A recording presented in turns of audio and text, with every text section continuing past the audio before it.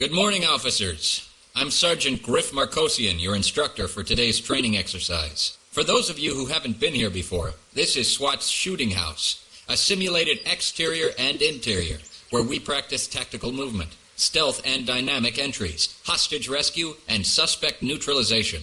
Today's exercise consists of basic maneuvers and tactics. Your goals are prioritized. First, set up an exterior containment perimeter. Monitor crisis negotiations, and then, if the situation dictates, plan and carry out a structure entry. Use stealth tactics if you want the suspects to remain unaware of your presence for as long as possible. A dynamic entry is advisable if an immediate threat calls for speed and decisive action. Move through the building, clearing and securing rooms as you go. Remember to always look before you leap by having the scout mirror doors and corners. If a room appears clear of suspect activity, the elements should move into it cautiously, slicing the pie and alternating directions. When confronting a bad guy, verbally challenge him before making any aggressive moves. It's always preferable to have the suspect release the hostage and surrender of his own free will.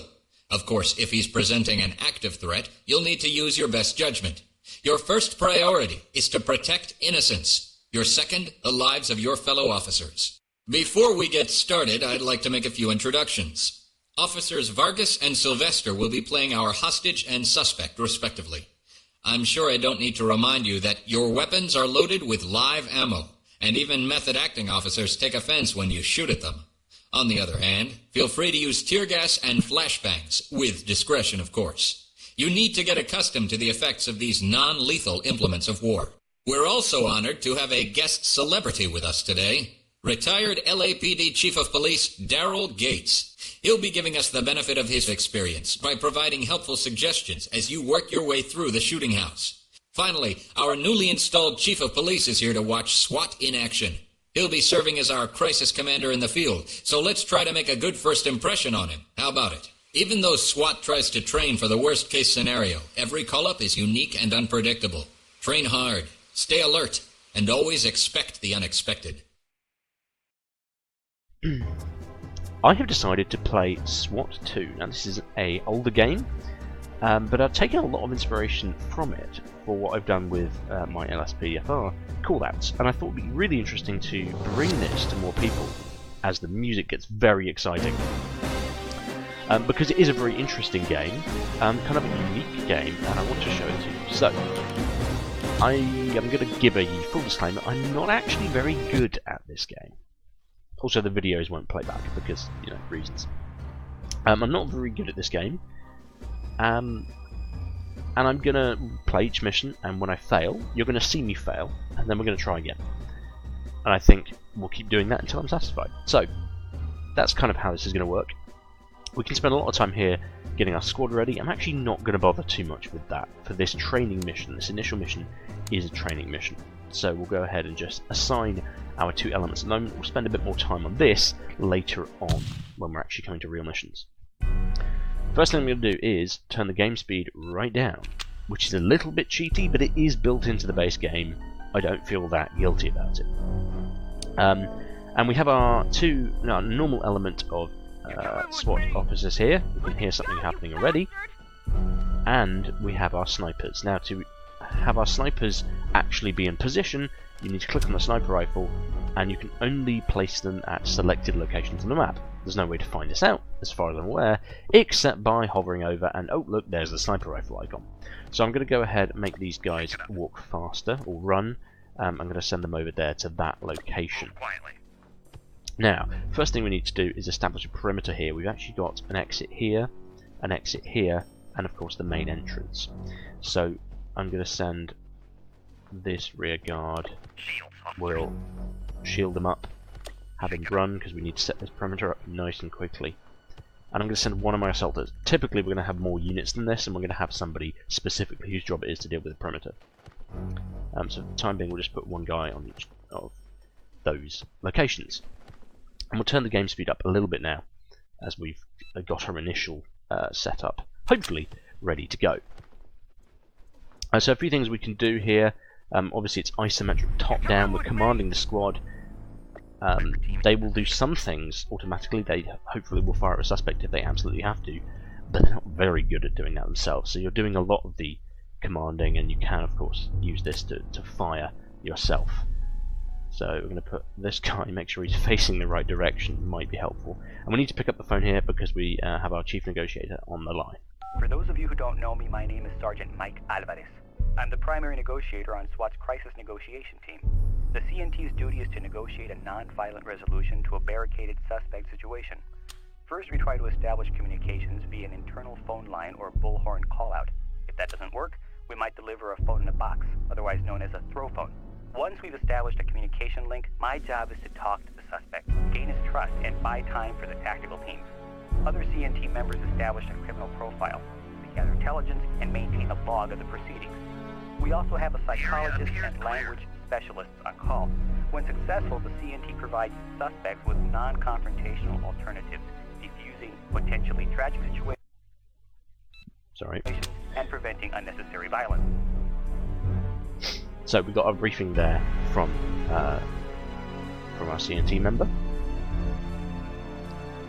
and I actually used the mirror there with the scout, so I can use the keyboard 2 there to select the scout in the element, and I have the old school mirror on a stick here, no opti ones here, for those of you who might have played later SWAT games.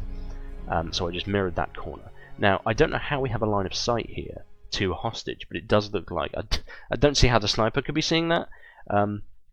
And I don't see how the rear guard could be seeing it either. But anyway, we seem to have a line of sight to where the hostage is and a suspect next to the hostage.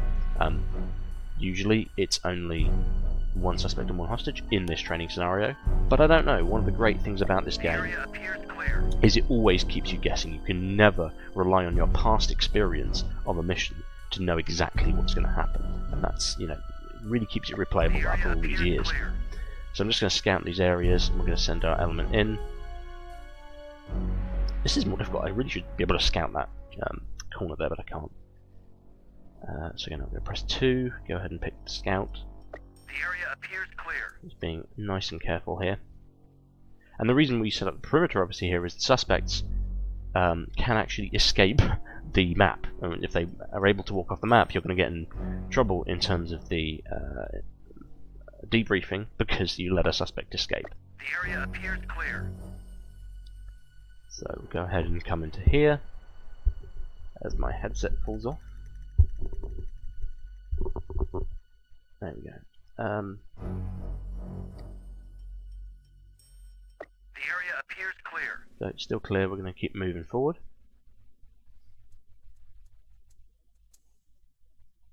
The area appears clear. The area appears clear.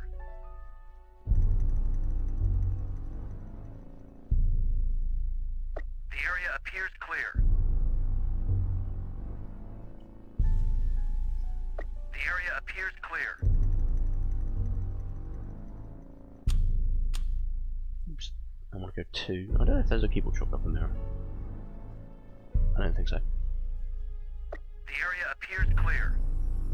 Knowing the keyboard shortcuts is really important, especially if you don't turn the game time down. Ooh, we can see it. Right, we now have visual on him. So, I'm going to go ahead and have them kneel. We're going to move up this way, and we're going to, I think, challenge. One move and your ass is toast. Right. Come on, get out of here. Oh, he's letting her go. She should meet up with the rear guard in a little bit. We're going to move on in here. One move and your ass is toast. I'm going to switch to arrest. Don't shoot! I give up. Oh, and that seems to have been fairly successful. The challenge was successful there in convincing him to give up. And we'll just go ahead and secure the hostage here with our rear guard here. Just looking out for any evidence as well, I don't see anything. It kind of shows up in a slightly different, well, it's usually kind of like an icon rather than these props here, which are these little sprites. And that music means we have completed the training mission. Hopefully we did well, so we'll get our debriefing here shortly. So again, this is a really simple training mission to get you used to the ideas of how to play it with challenging suspects and arresting them. So yeah, not very interesting at this point, but it gives you an idea about the game. Sergeant Griff Markosian reporting, Chief. To summarize the operation, even though this was only a training exercise, I'll be going over the proceedings in great detail. Only by learning from our mistakes can we hope to better ourselves. We got a hostage back, and quite possibly saved a life.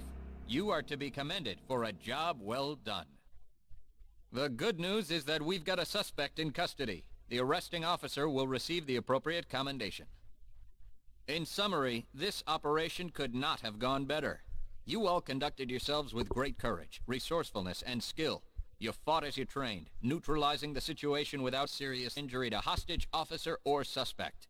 Ladies and gentlemen, you've done yourselves and the department proud. Excellent. Well, that couldn't have gone better. As I say, it does get more difficult than that.